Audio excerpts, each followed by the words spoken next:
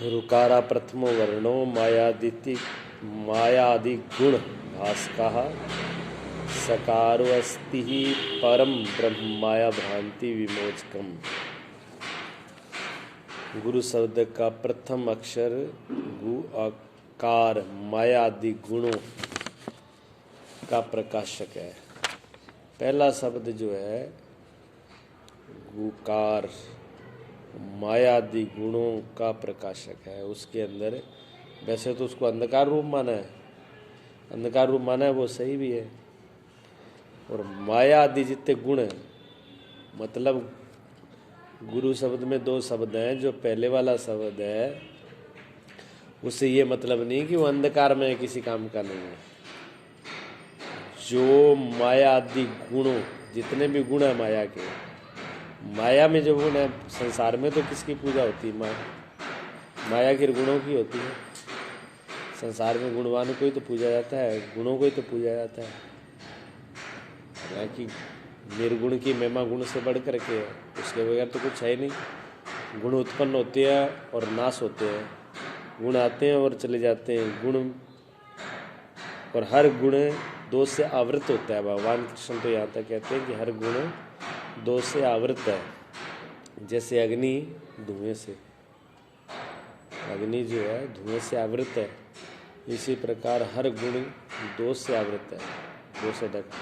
और हर दोष जो है वो गुण से आवृत है, एक दूसरे से ढके हुए हैं। तो पहला शब्द माया के गुणों को प्रकाशित करता है। जितने भी माया में गुण होते हैं, जितनी भी मायवी शक्तियाँ हैं, वो उकार शब्द में है। वो शब्द का मतलब जो अविद्या अज्ञान अहंकार, उसी के अंदर ही सारी शक्तियाँ हैं। संसार के जितने भी वैभव है, जितनी माया है, जितने गुण है, वो पहले शब्द में प्रकाशित है। पहला शब्द ये बता रहा है कि ये भी उनके अंदर भरपूर है। दूसरा अक्षर कह रहा है रूप माया की भ्रांति से मुक्ति दिलाने वाला है। दूसरा रूप प्रकाशक है उसका। दूसरा शब्द है भी जितने भी गुण है, जितनी माया है, जितने भी उसके चमत्कार, उनसे सबसे मुक्त कराने वाला है। तो दोनों चीज़ें उसमें परिपूर्ण हैं। इसलिए मैं इसका जो अर्थ, मैंने जो अर्थ किया था, मैंने बताया था भी इस गुरु दो शब्द वो शब्द है जिसमें किसी प्रकार की कमी नहीं है। यानी माया भी है और माया से मुक्त भी है, गुण भी है और गुणातीत भी है, निर्गुण भी है, साकार भी है, निराकार भी है, जिसमें किसी प्रकार की कोई कमी नहीं है, परिपूर्णता है उसमें। तो ये दो शब्दों के अंदर परिपूर्णता है। ऐसा गुरु का पद है। दो शब्दों से ही, उसके शब्द से ही, उसके नाम से ही दर्शा रहा है। कहते हैं जथा नाम तथा गुण।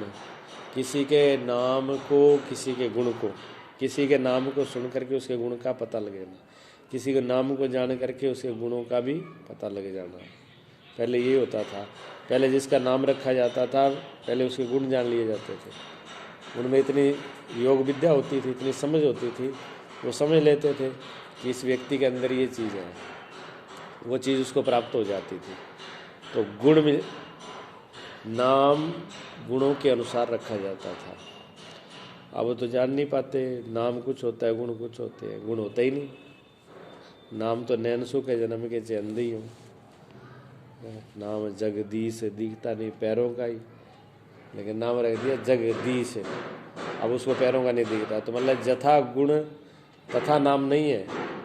पहले ये होता था, जब गर्गाचार्य जी ने भगवान का नाम रखा तो भगवान का कृष्ण नाम रखा, सबको आकर्षित करने वाले।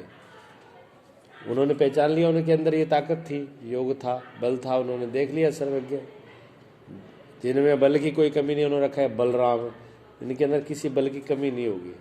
मतलब उनके गुणों को पहले देखा, नाम बाद में रखा। तो जैसे गुण थे वैसे ही नाम रखे। आजकल के नाम कुछ होते हैं, गुण कुछ होते हैं, और कछु कछु मेल भी, कुछ कुछ मेल खा भी जाते हैं वैसे थे। हाँ, वैसे जैसे उनके लक्षण होते हैं। हाँ, कुछ बड़े होने के बाद में कुछ लोग बड़े हो जाते हैं, वैसे ही उठपटांग काम करते हैं, तो लोग वैसा नाम लेने लगते हैं उनका कि इसी प्रकार के है ये मूर्ख है।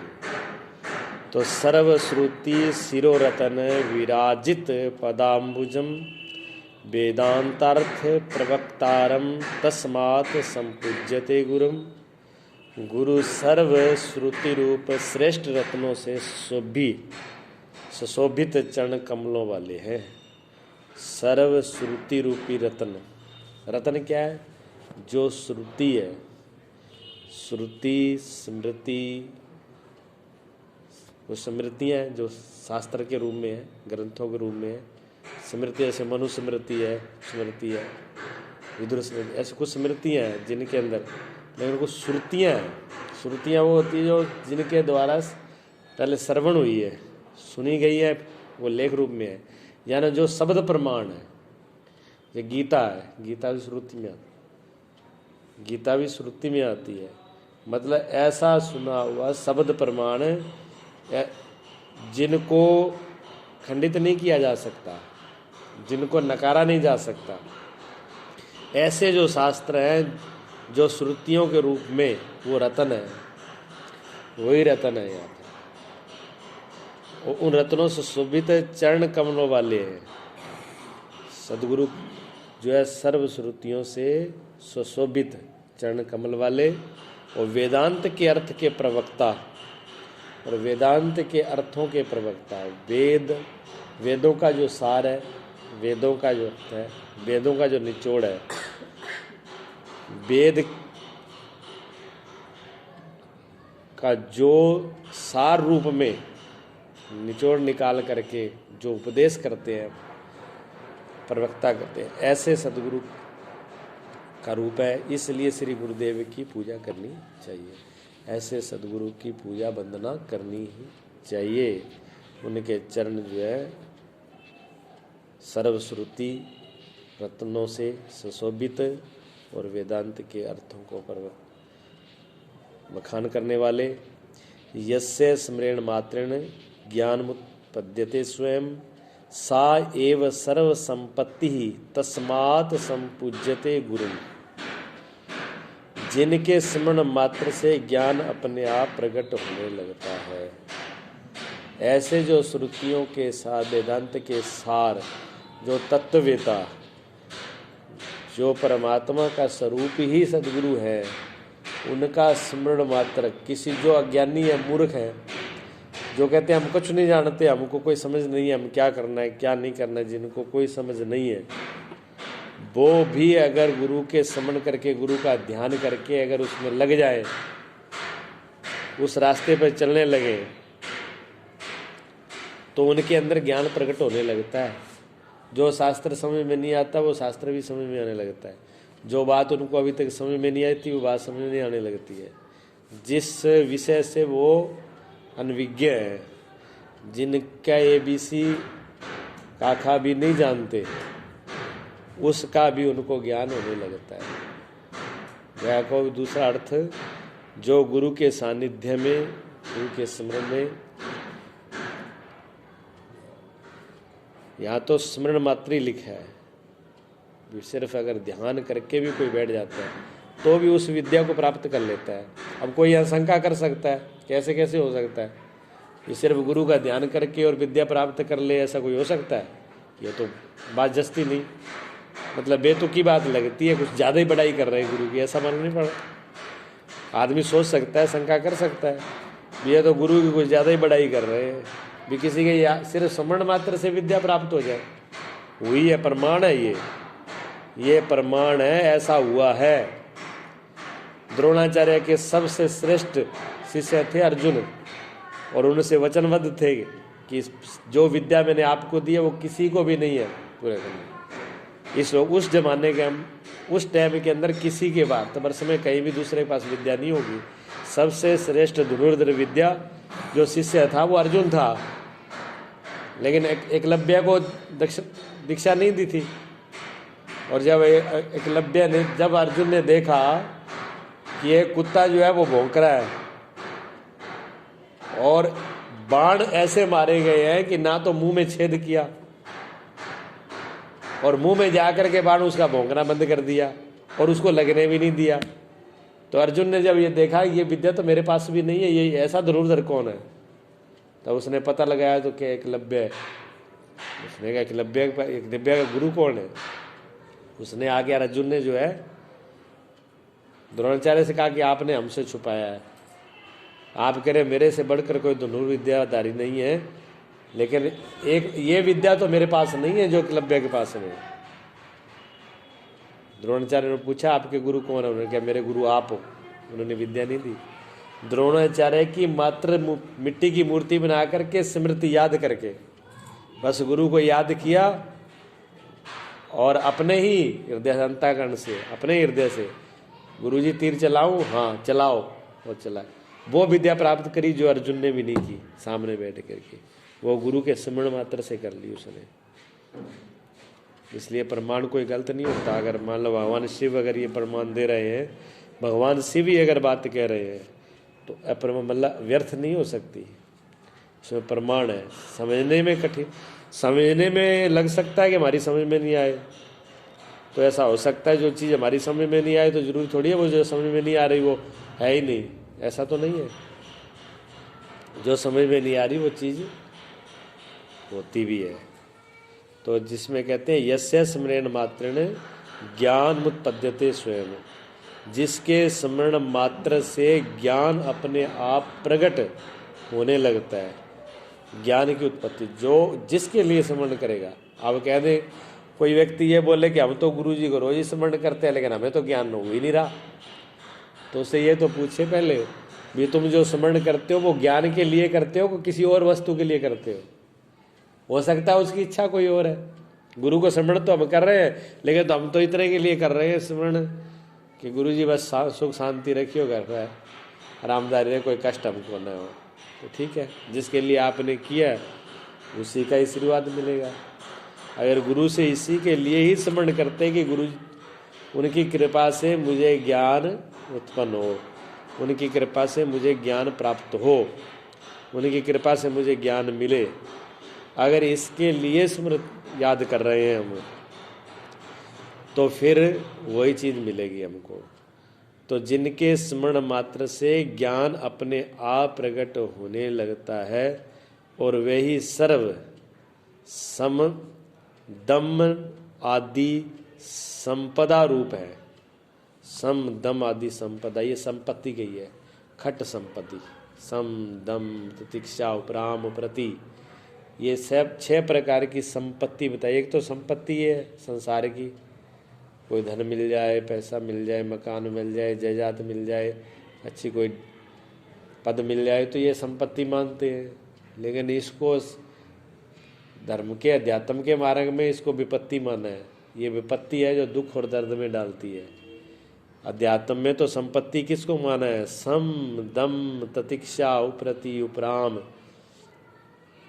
ये संपत्ति है। समाधान मतलब सम, इंद्रियों का समन हो जाए, मन रुक जाए, इंद्रियां और मन जिसकी शांत हो गई है, रुक गई हैं, प्रतीक्षा सहन करने की शक्ति जिसके अंदर आ गई है, उपराम संसार से जो वैराग हो चुका है, जिसको उपरामता आ गई हो, समाधान जिसकी हर समस्या हर शंका का समाधान हो गया, यानी उसको किसी प्रकार की शंका मन में विक्षिप्तता ये नहीं रही, आत्मा परमात्मा माया जीव ब्रह्म ईश्वर क्या है, कोई उलझन नहीं है जिसके दिमाग के अंदर, सब क्लियर है। जिसको जानना है उसको जान लिया, समझना है उसको समझ लिया। ऐसा समाधान जिसके जीवन में उतर जाए, ये संपत्ति गुरु के ही कृपा से आती है।